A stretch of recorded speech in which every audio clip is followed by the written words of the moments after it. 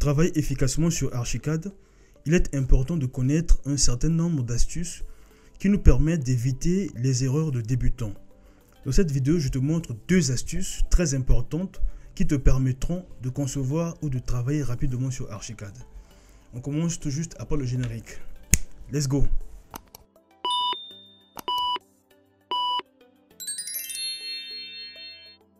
Salut à toi, bienvenue sur ma chaîne. Et sur cette chaîne, nous allons parler de la conception architecturale et du design d'intérieur sur Archicad. On va apprendre des méthodes pour travailler efficacement sur ce logiciel, des méthodes qui te permettront d'optimiser ton temps de travail. Donc, si tu es nouveau ici, et si toi aussi tu veux apprendre à bien travailler sur Archicad, tu es au bon endroit. Abonne-toi à la chaîne, partage la vidéo et active la cloche de notification afin d'être informé sur nos prochaines publications.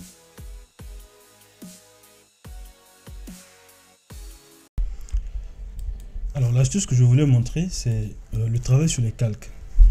Supposons que vous avez importé une image, enfin, un document sur lequel vous allez faire votre conception, construire votre maison.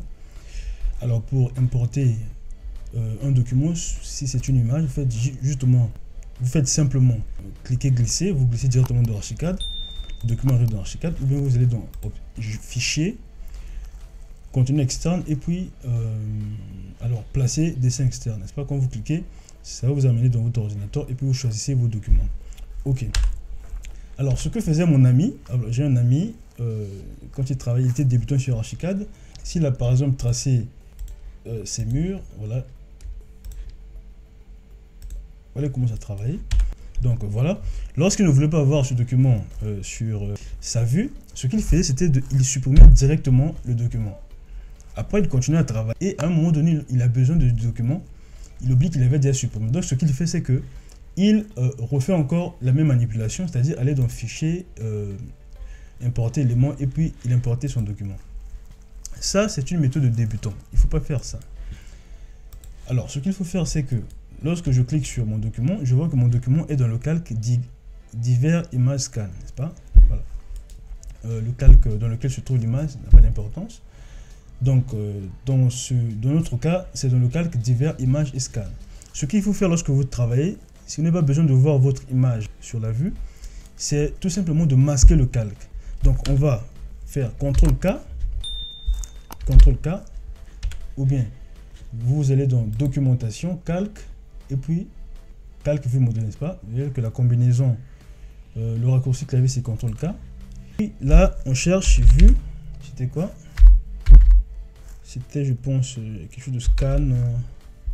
Voilà, divers images scan. Vous cherchez le calque que vous voulez masquer. Vous masquez le calque et vous faites mettre à jour. OK.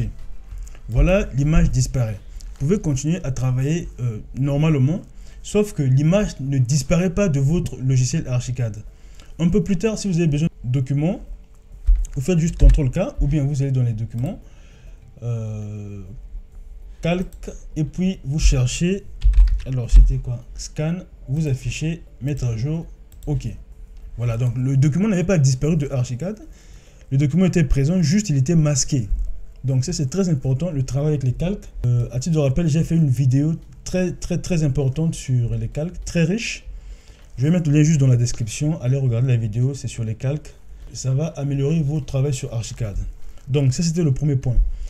Le deuxième point, c'est... Alors, je vais donc masquer. Je vais masquer donc. Je masque, je fais mes mises à jour. OK, voilà. La deuxième astuce, c'est de prolonger les murs, n'est-ce pas? Si vous avez tracé, par exemple, votre mur de cette manière et que vous voulez prolonger, par exemple, la longueur de votre, ça peut être une chambre ou votre maison, alors, vous pouvez être dans cette manipulation. CTRL-T, d'abord, vous déplacez d'abord ce mur quelque part là. Après, vous cherchez à sélectionner les trois murs et les raccorder. Ça aussi, c'est une méthode, mais sauf que ça vous prend beaucoup de temps. La méthode ou bien l'astuce que je voulais montrer dans cette vidéo, c'est de prendre l'outil zone sélection qui se trouve ici, outil zone sélection. Vous cliquez, vous créez une zone de sélection de sorte que les 3 murs qui seront prolongés rentrent dans l'espace de sélection. Une fois que c'est fait, vous cherchez le coin de ces murs, vous cliquez et puis vous déplacez jusqu'au point voulu. Par exemple, jusque là, je fais deuxième clic, OK.